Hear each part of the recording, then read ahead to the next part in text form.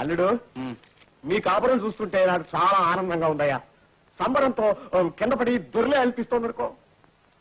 పెద్దవారు అంత పని చేయకండి, బాగుండదు. చూడరాము, రాత్రులు నాకు నిద్ర పట్టడం లేదయ్యా. పేడకలు అవి వచ్చి పెద్ద పెద్ద కేకలతో లేచి కూర్చుంటున్నా. ఎందుకు? ఏముంది, మొన్న 10 రోజుల క్రితం నువ్వు బజార్లో కలిసినప్పుడు సోడా కోసమని చిల్లర లేక నీ దగ్గర పావలా కాసడి పుచ్చుకున్నాను కదా. సోడాకి 20 పైసలు పోయాక మిగతా 5 పైసలు నీకు ఇచ్చేయాలి కదా. మర్చిపోయి ఇవ్వలేదయ్యా. దాంతో మనసు కకావికలమైపోయి నిద్ర పట్టడం మానేసి. ఇదిగో నీకు నేను 5 పైసలు ఇవ్వాలయ్యా. భలేవారండి, సొంత అల్లుండే కదా. 5 పైసలు ఇస్తే ఎంత, ఇవ్వకపోతే ఎంత? అమ్మమ్మా అలా అనకు. డబ్బు రూపాయి అయినా సరే, పైసా అయినా సరే, అల్లుడైనా సరే, మామైనా సరే, తల్లైనా సరే, తండ్రి అయినా సరే, లెక్కలా ఉండాలి. అది నా పద్ధతి. ఇదిగో నీ 5 పైసలు నువ్వు తీసేసుకో బాబు. ఏమిటండి చిన్నపిల్లల, ఉంచండి. కాదు, నువ్వు ఉంచమని చెప్తుంటే.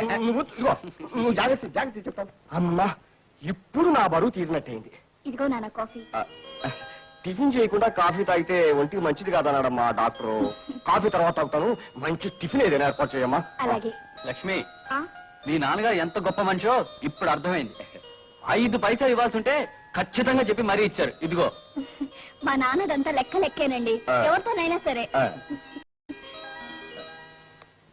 అన్నట్టు అల్లుడు, ఆ వేళ బజార్లో ఏదో చెప్పులు తట్టు కొనుక్కుంటానంటే 100 గంటలు ఇచ్చారు కదా. అవునండి, దాంతో చెప్పులు కొన్నానుగా. అదిగో అవేనండి. బాగున్నాయే బుజ్జిమండలు. ఎంత అయ్యాయి ఏమిటి? 80 రూపాయలు అయ్యండి. అవును, అవుతాయి. ఈ రోజులో చెప్పుల ధరలు బాగా పెరిగిపోయాయి. అవును, ఆ 80 పోగా నేను ఇచ్చిన 100లో మిగతా 20 ఏవి? 20? అవును, రాని 5 రాని. ఇవ్వాలంటారా? అయ్యయ్యో, డబ్బు రూపాయి అయినా సరే, పైసా అయినా సరే, అల్లుడైనా సరే, మామైనా సరే, తల్లైనా సరే, తండ్రి అయినా సరే, లెక్కలా ఉండాలి. అది నా పద్ధతి. రాని రాని రాని రాని రాని రాని రాని అల్లుడు, అమ్మాయి టిఫిన్ చేసి చట్నీ సాంబారు మర్చిపోతుందేమో, చెప్పి రావాలి. గొప్ప లక్ష్మమ్మ గారు 5 పైసలు ఇచ్చినట్టు ఇచ్చి 20 రూపాయలు పట్టిస్తారా? ఎంతైనా తెలివే.